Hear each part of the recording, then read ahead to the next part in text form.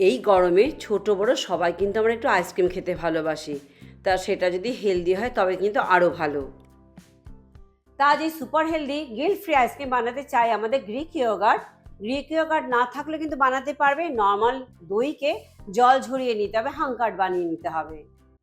তাই এই আইসক্রিম বানাতে যাচ্ছি দই দিয়ে, তার জন্য একে ইয়োগার্ট পপস বা ইয়োগার্ট বাইটসও কিন্তু বলতে পারো।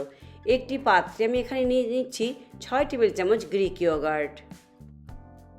গ্রিক ইয়োগার্ট না থাকলে নর্মাল দইকেও কিন্তু জল ঝরিয়েও বানাতে পারবে, সেই ক্ষেত্রে কিন্তু একদম জল ঝরিয়ে নিও না, সামান্য যেন সফট থাকে। আমাদের চাই স্মুথ অ্যান্ড ক্রিমি টেক্সচার।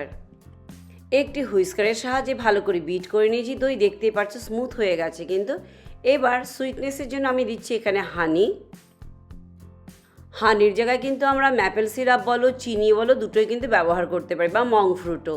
তবে চিনি দিলে দেখতে হবে চিনি যেন একটু গুঁড়ো করা চিনি থাকে, তবে কিন্তু এই দইয়ের সাথে যখন বিট করব মেশাবো ভালোভাবে মিশে যাবে। আমি এখানে 2 টেবিল চামচ পরিমাণে মধু নিয়েছি, হানি নিয়েছি, বাট সুইটনেস কিন্তু তোমরা তোমাদের নিজেদের পছন্দ মতো অ্যাডজাস্ট করে নেবে। এবার দইয়ের সাথে হানি ভালো করে মিক্স করে নিলাম।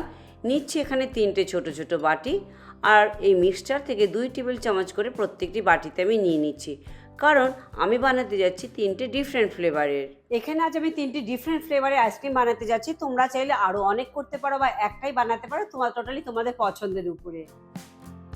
প্রথম বাটিতে দিয়ে দিচ্ছি এখানে 1 টেবিল চামচ পিনাট বাটার। এতে কিন্তু ফ্লেভারের সাথে সাথে প্রোটিনও পেয়ে যাচ্ছি। দিচ্ছি কয়েক ফোঁটা ভ্যানিলা এসেন্স আর হাফ টেবিল চামচের মতো ক্রাশড পিনাটস। সব কিছু আমাদের ভালোভাবে মিশিয়ে নিতে হবে। পিনাট বাটারে যেমন এতে প্রোটিনের পোর্শন বেড়ে যাবে, তেমনি কিন্তু আমি যে ক্রাশ যে পিনাট দিয়েছি তাতেও কিন্তু যেমন ক্রাঞ্চিনেস আসবে, সাথে সেটাতেও কিন্তু প্রোটিন পোর্শন অ্যাড হয়ে যাচ্ছে এতে। তাই শুধু গিল্ট ফ্রি নয়, কিন্তু প্রোটিন রিচ ইয়োগার্ট বাইটস বা পপস বা আইসক্রিম যেটাই বলো সেটা কিন্তু বানাতে যাচ্ছ। খুব সুন্দরভাবে সব কিছু মেলানো হয়ে গেছে, দেখতেই পারছো যেন কোনো লাম্প না থাকে পিনাট বাটারের। আমাদের প্রথম ফ্লেভারটি বানানো হয়ে গেছে, এবার বানাতে যাচ্ছি সেকেন্ড ফ্লেভারটি। এখানে দইয়ের মিশ্রণের সাথে অ্যাড করছি 1 টেবিল চামচ কোকো পাউডার, আর দিচ্ছি 1 টেবিল চামচ ক্রাশড ওয়ালনাট। ফ্লেভার, কালার আর টেস্টের সাথে সাথে কিন্তু এই ওয়ালনাট অ্যাড করাতে যখন আইসক্রিমটা খাবে তখন কিন্তু সেই ক্রাঞ্চি বাইটটি কিন্তু খেতে খুবই ভালো লাগে। এখানেও সব কিছু আমাদেরকে ভালোভাবে মিশিয়ে একটা স্মুথ পেস্ট বানিয়ে নিতে হবে। তা আমাদের এখানে সেকেন্ড ফ্লেভারটিও তৈরি হয়ে গেছে। এবার যাচ্ছি থার্ড ফ্লেভারে। একটি মিষ্টি আম এখানে চপ করে রেখেছিলাম, 2 টেবিল চামচের মতো মিষ্টি আম, কুচনো আম এতে দিয়ে দিচ্ছি, আর দিচ্ছি ম্যাঙ্গো ফ্লেভার দিয়ে সব কিছু আবারও এখানেও কিন্তু ভালো করে মিশিয়ে নিতে হবে। আমার ভিডিওটি ফেসবুক পেজ থেকে দেখে থাকলে পেজটি লাইক করে চ্যানেলটি সাবস্ক্রাইব করে দেবার অনুরোধ রইল।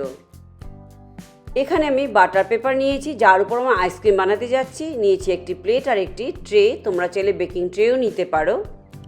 আমরা কিন্তু এই আইসক্রিম ডাইরেক্ট বানাতে পারি, তবে ধরে খেতে সুবিধা হয় বলে স্টিকের ব্যবহার করলে ইজি হয়ে যাবে। আইসক্রিম স্টিকও ব্যবহার করতে পারো, আর ফ্রুট ককটেল স্টিকও কিন্তু ব্যবহার করতে পারো। এবার প্রত্যেকটি স্টিকের মধ্যে দিয়ে দিচ্ছি যে দইয়ের মিক্সচার বানিয়ে রেখেছিলাম, সেটা দিয়ে দিচ্ছি, দিয়ে ইভেনলি স্প্রেড আউট করে দিচ্ছি। আর এই বাটার পেপার দেওয়ার জন্য কিন্তু আইসক্রিমগুলো পরে বের করতে অনেকটা সুবিধে হয়ে যাবে। আর যদি বাড়িতে আইসক্রিম স্টিক বা ফ্রুট ককটেল স্টিক না থাকে, তবে কিন্তু জেনারেলি সবার বাড়িতেই টুথপিক থাকে, টুথপিকেও কিন্তু তোমরা বানাতে পারো। আমের সিজন বলে আমি এখানে আম ব্যবহার করেছি, তবে আমি ব্যবহার করতে হবে, তবে তা নয় কিন্তু তোমরা চাইলে আমের জায়গাতে স্ট্রবেরি, ব্লুবেরিও কিন্তু ব্যবহার করতে পারো। এবার চকলেট চিপস, ক্রাশড ওয়ালনাট বা পিনাট যেটা ইচ্ছা দিয়ে কিন্তু উপরে গার্নিশ করতে পারো, খেতেও ভালো লাগবে। 6 থেকে 8 ঘন্টা ফ্রিজে রেখে দিচ্ছি, ফ্রিজ থেকে বের করে এরপর তোমাদেরকে দেখাবো। কিছুটা মিক্সচার বেঁচে গিয়েছিল, তাই এরকম আইস কিউব ট্রেতে সেটা দিয়ে কিন্তু একটু টুথপিকের সাহায্যে সেটাও ফ্রিজ করে নিয়েছিলাম। এদিকে বাটার পেপার ব্যবহার করার জন্য দেখো আইসক্রিমগুলো কিন্তু খুব সুন্দর ইজিলি কিন্তু বেরিয়ে আসছে, কোনো অসুবিধে হচ্ছে না, আটকে যায়নি। এই পর্যায়ে কিন্তু আমরা খেতে পারি, কারণ টেস্ট কিন্তু দারুণ। তবে যেহেতু দই দিয়ে বানানো, বেশিক্ষণ কিন্তু বাইরে রাখা যাবে না, বাইরে রাখলে কিন্তু মেল্ট হতে শুরু করে। তাই এই অবস্থাতে খেতে চাইলে কিন্তু জাস্ট ফ্রিজ থেকে বের করে খেয়ে নিও, নয়তো কিন্তু মেল্ট হয়ে যাবে। এইদিকে আইসক্রিম ট্রেতে যে দিয়েছিলাম সেগুলো কিন্তু খুব সুন্দর ছোট ছোট আকারে কিন্তু আইসক্রিম বাইটস হয়ে গেছে। যদি চাও চকলেট সিরাপও কিন্তু আমরা এইভাবে উপরে ড্রিজেল করে সার্ভ করতে পারি। তা আমাদের গিল্ট ফ্রি আইসক্রিম বলো ইয়োগার্ট পপস কিন্তু তৈরি হয়ে গেছে। আরও একটু টেস্টি বানাতে চাইলে এইভাবে কিন্তু চকলেটের সাহায্যে, ডার্ক চকলেটের সাহায্যেও করতে পারো। সামান্য বাটার দিয়ে মেল্ট করে নিয়ে আমি এখানে মাইক্রোওয়েভ করে নিয়েছি 1 মিনিটের জন্য। আইসক্রিমগুলো এর সাথে কিন্তু চকলেটের সাথে কোট করে দিতে পারো, তাতে যেমন খেতেও খুব টেস্টি হবে, আবার ফ্রিজার থেকে বের করে কিন্তু সাথে সাথে খেতে হবে না, কারণ দইটা কিন্তু মেল্ট হতে পারবে না কোটিং দিয়ে দেওয়ার জন্য। আর অবশ্যই এতে ক্যালোরিটা কিন্তু একটু বেশি বেড়ে যাবে। তো চয়েস তোমাদের উপরে কে কীভাবে খেতে চাও। তা আজ ভিডিওটি আমি এখানেই শেষ করছি। লাইক, শেয়ার, সাবস্ক্রাইব করতে একদম ভুলো না। পরে আবার অন্য কোনো ভিডিও নিয়ে তোমাদের কাছে চলে আসবো। সবাই ভালো থেকো, চলো বাই বাই।